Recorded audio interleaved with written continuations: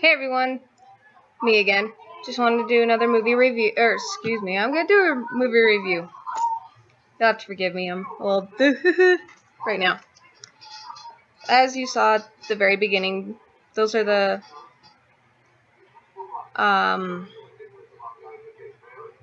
movies I'm going to be reviewing. And yes, Secret of Him is a bonus video. So, you're probably wondering, why did I pick these videos? Well, that's what people picked for me. I did not pick them. Okay, I maybe picked 2, but 3, 4, I don't know. I picked a few. So, I'm just going to go ahead and start. I'm going to start off with Shrek. I know those weren't in any particular order, but hey. Shrek. As good as it was, there was a lot of pop culture reference in there. Maybe a little bit too much. I'm guessing people who live in LA and Hollywood and over that away get it. While the rest of us are like, huh? Now, you know, I did like some of the music, not all of it, but some. And you'd expect it more in movies that are live action and deal with those areas. Unlike, you know, that one. It really bizarred me in some of them where they treated the medieval ages like New York City. Okay. It wasn't really needed. I admit, I do enjoy the bloopers more than the actual videos. Quite sad. But I'm kind of glad that they did wind up making the sequels, especially 2 and 3. I have not watched 4, and I really don't want to, so don't spoil anything for me, guys. Those are weird movies. They're good and bad about them. They're really hard to decipher because I haven't seen them in a while. But it's just the, you know, all the pop culture references in there. Most of them really weren't needed. Like the Lancelot parking lot in the first one. You didn't need that. And then the Hollywood look for the second one. And then in the third one, high school. Yeah, I get that you're trying to still make it pop culture, but I'm pretty sure kings and princes were not put through high school. They were raised by tutors. Look at Disney's Prince and the Pauper. Very good example. I know. Rant, rave. That's my views on those movies. They could have done a lot better with them. Not saying that The Emperor's New Groove is any different, because it's not, but hey, it fit more with the film itself. Because they did mix stuff back then. That's how they made medicine and paint. And drinks. And I'm not talking alcohol, I'm talking hot chocolate. Alrighty, the next one. Oz the Great and Powerful. Yeah. That was pretty good. I mean, I admit, I broke out into the song, "We represent the Lollipop Guild, the Lollipop Guild, the Lollipop Guild," the minute the Munchkins came on screen. I'm pretty sure anyone who's seen the original and saw that scene was thinking the exact same thing. And then I see the yellow brick road. It's like, follow the yellow brick road, follow the yellow brick road, da da da da da da da da. But it was a weird film at the very beginning. You're just like, okay, oh, this is a story about Oz's past. Okay. Oh, and we see Glinda's past and the witch's past.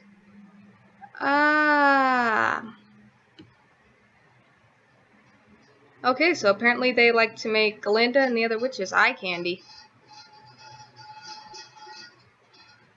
And, okay, I have to laugh. I was watching that film, and every other minute when Glinda or somebody was on screen or there was an action scene, it's all green screen, green screen, green screen. Yeah, they really needed to work on that.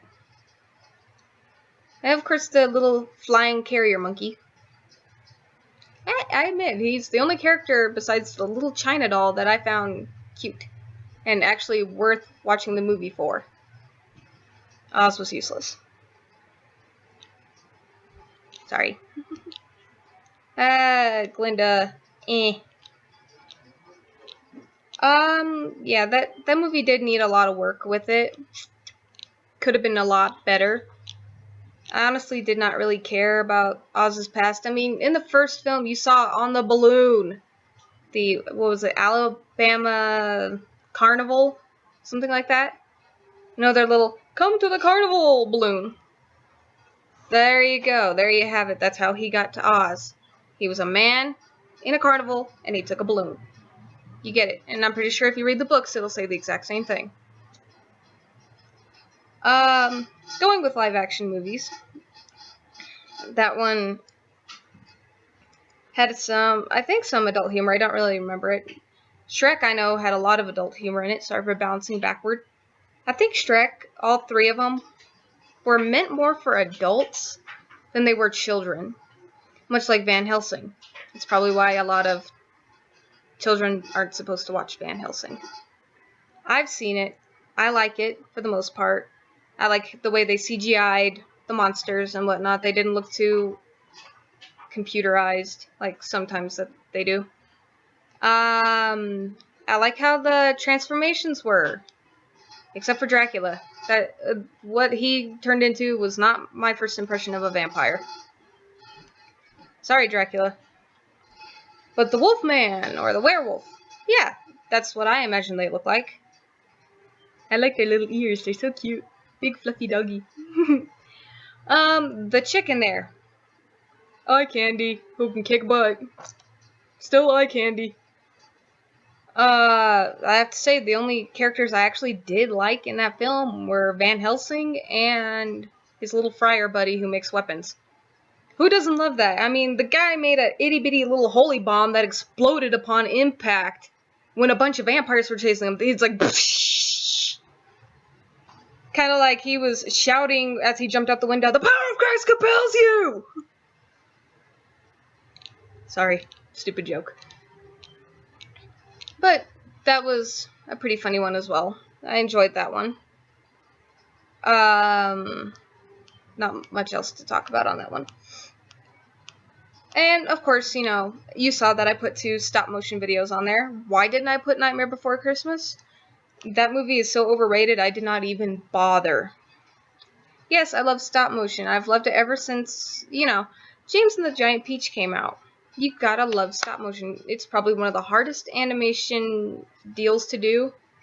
Because you make one mess up on one scene, you have to redo everything. It's not like the 3D and hand-drawn ones. You can't go back, erase that little bit, and come back to it.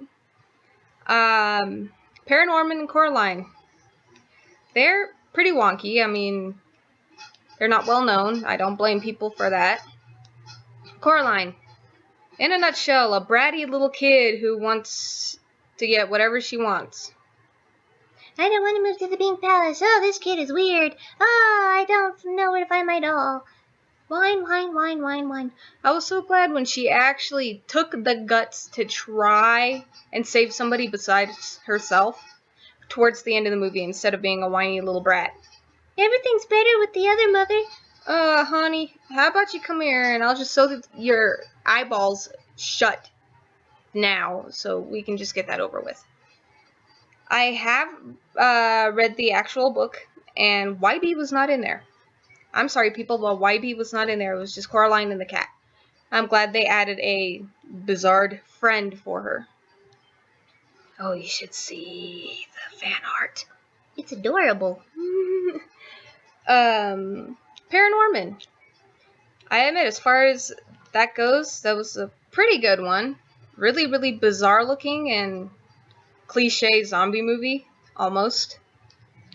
But it was still pretty good. I mean, hey, for once, the guy who can talk to the dead saves the whole town. Beat that, Danny Phantom. Oh yeah, you could speak to the dead, alright, but nobody knows you exist. Everybody knows he exists. And it's from, like, a, 13-year-old middle schooler's point of view? That's a lot of stress to put on a 13-year-old, or however the heck old he is. And then he not only saves the town and the zombies, but he saves the one person who needed it the most. So in a way, I'm guessing that Paranorman was a little bit better than Coraline. I liked Coraline just for the visual, not really the story. The story is a little bit meh. I mean, the book is better, but the visuals are pretty good from the movie itself. I was reading Paranorman, the book, and it's just as bizarre as the movie. Of course, I left out a couple scenes that would have been really funny to put in there. But, you know, both of them tend to have that factor. But yeah, what I did like those a lot, but they're, like most films, have a lot of things wrong with them. These films, of course, are children films. They are rated G. But I have watched them, especially Coraline, with children, and those give them nightmares. When I was younger, the Disney classics and Scooby-Doo on Zombie Island were my horror films. I mean, you see Pink Elephants on Parade or The Black Cauldron and you have nightmares for weeks. You know, you see Coraline nowadays and the kids, I'm gonna have nightmares. Don't blame you, kid. I mean, that other mother, I only set that sucker on fire. Burn, lady, burn. Yeah, the unknown ones. They're not made by Disney, of course. I'm not doing only Disney. I'm gonna make that easy for you guys. Let's see, Tangled. Ooh, everybody loves Tangled. That one, like I said before in my Disney review, it needed a lot of work to it. I don't hate it. Trust me, I do not hate it. But it still could have had a lot of work done. Just like Princess and the Frog. They needed a little more work on those. I admit I love the villain songs. Mother knows best, listen to your momsy. And I got friends on the other side. Yeah, those are some pretty good Disney villains. The heroes, they needed work.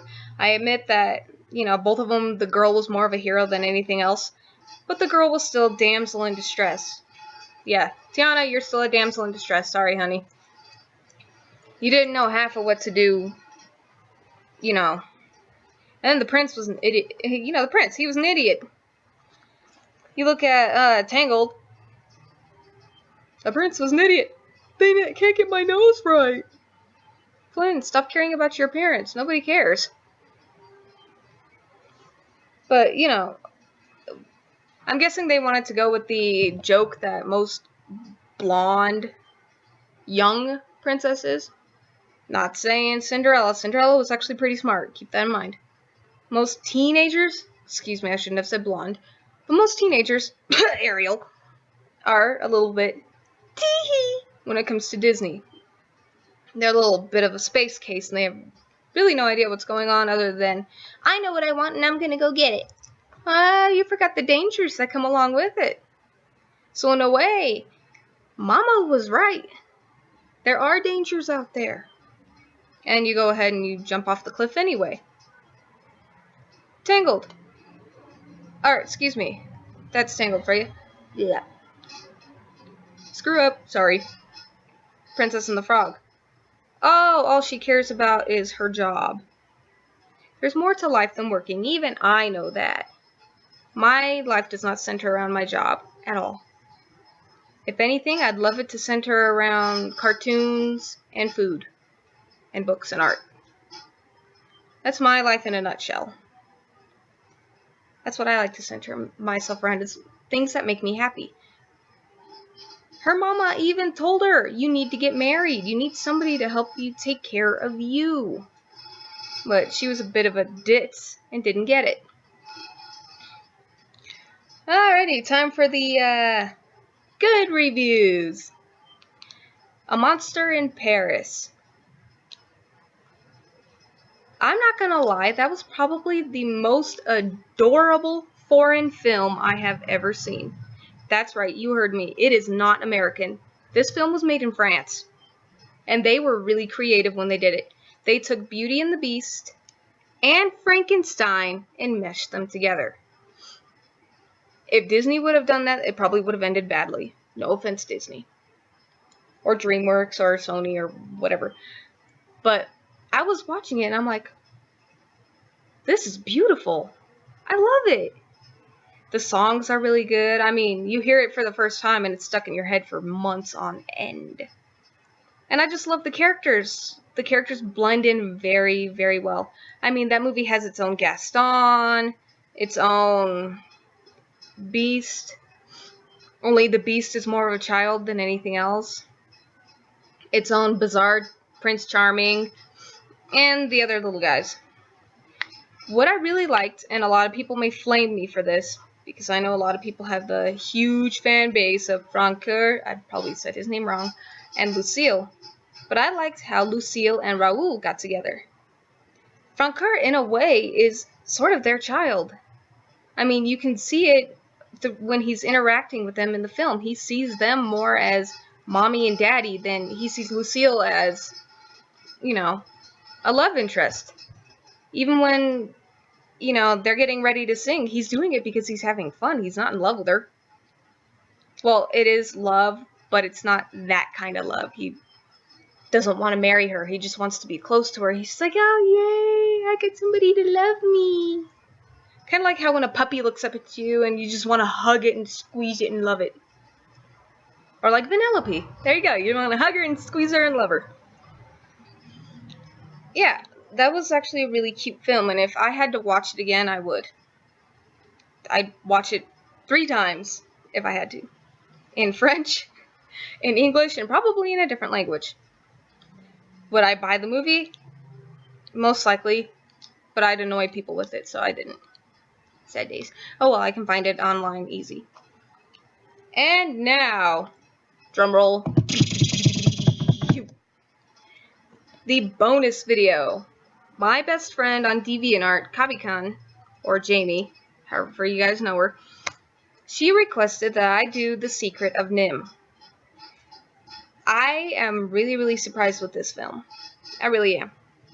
The Secret of Nim. I've never read the books, but just from watching the movie, I get the gist of it. Science, science, science, science. Science is a pretty scary thing if you think about it. What do most horror films revolve around? Science. Science is unknown. Nobody really knows what science is about. Sorry. Just that film in general, it's dark, it's creepy, and it's beautifully made. And, you know, there are quite a few shockers in there. I mean, one, cussing. And, yes, I get it. There are other Disney films that have cussing in it. I don't even know if Secret of Nim is Disney. And blood. In a kid's film, blood. Pirates of the Caribbean doesn't count. It's not a kid's film. Okay, maybe it is, but still. I mean, you gotta think back in time when this was kind of a risky thing to do. Nowadays, you show blood in a kid's film, Oh, it's rated PG-13. it was just that much. A little nosebleed. I mean, they even try to hide it when it's in My Little Pony, and you can still find it. You're just like, really? Really? Kids know what blood looks like. It's not going to traumatize them. I mean, this one, you can see the bad guy. You know his intentions. And the bad guy isn't just the rats. It's man. You're just like, wow, we humans are really screwed up. Using animals, poor animals, for our own stupid ideas. Why not use other people? We're overpopulated. Might as well.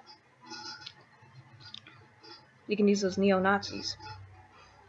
And, you know, just seeing the end, and I love watching the end of the film because I just get the biggest shivers when the beautiful music is playing while she's lifting the house out of the mud or whatever that is.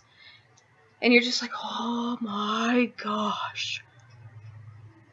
Don Bluth or whoever made this film, you are amazing. Holy snap. I'm getting shivers just remembering it. The music is beautiful. You have to love Brisby and how she's trying so hard to take care of all of her children. Even the one who has pneumonia. I mean, that's a big risk. He has pneumonia. He goes outside, he dies. And yet, you know, they're trying to move her house and everything, and he's still in there. And you're like, oh my god, don't let Timmy die, don't let Timmy die, don't let Timmy die. I'm not going to bother mentioning its sequel because that was not needed. We did not care. If they wanted to make a sequel, they would have made a book, a part 2. I'm pretty sure they don't have a part 2 book. If they do, otherwise, let me know. But, you know, it's one of those really great films. I loved the creepy factor in it. I'm like, okay, for a really old kids film, this is really creepy. Like, you know, you're watching it and you're like, oh my gosh, that spider is terrifying. Make it get off the screen. That owl is terrifying. Get it off the screen. Oh, the rat's home is terrifying too. Why? Those lights are supposed to be pretty, not creepy. It's like an abandoned theme park and you're just waiting for the killer clown to come after you. Oh, look, it's Brutus. Never mind. You get a killer rat instead. I was beyond amazed. And the characters blended so well together. You had the comedy relief, Jeremy. I love him. He's so cute. Miss Brisby was the hero. Or heroine, however you say that word. And then you have her facing all of these trials, trying to not only save her kids, her home, and her own skin, but just protect everybody else as well. In a way, she had everybody's life on her shoulders. And her dead husband knew she would. And, you know, you see Nicodemus, he's like old wise man. I don't know what the equivalent of that would be. I'm trying to think of a film reference. But he'd be like Rafiki. There you go. He's Rafiki. He's the old wise man that gives wisdom. And it was actually really heartbreaking to see the guy die. Stupid Jenner. I'm so glad you died at the end of the film. And he was killed by his own lackey. Ooh, how many villains can say that? And, you know, it's one of the better films that I've seen that were from that era of childhood. I have to say, if there were any films that indeed deserved the good review, it was Secret of NIMH, yay bonus video, and A Monster in Paris. I know a lot of people probably expecting me to say some bad points about those films. I didn't see any bad points. Everything blended so well together. It wasn't like some of the other films that I mentioned earlier. They didn't blend as well. I mean, you were watching it and half the time you were confused about what was happening. You watch those two and you get what's happening. In A Monster in Paris, you get to see at one point while he's singing what he sees. And you're just like, that is amazing. You get to see from his point of view how he sees and why he's so afraid. You know, he's pretty much a child, and that's what makes it even cuter about him. Secret of NIMH. Everything just kind of flowed like a river. And I give kudos to the animators, the writers, and everybody else who made those movies. They did amazing. That's really all I have for video reviews. If you guys want me to do any more, comment on YouTube, leave me a note on DeviantArt, or even message me on Facebook. Thanks, guys. You rock.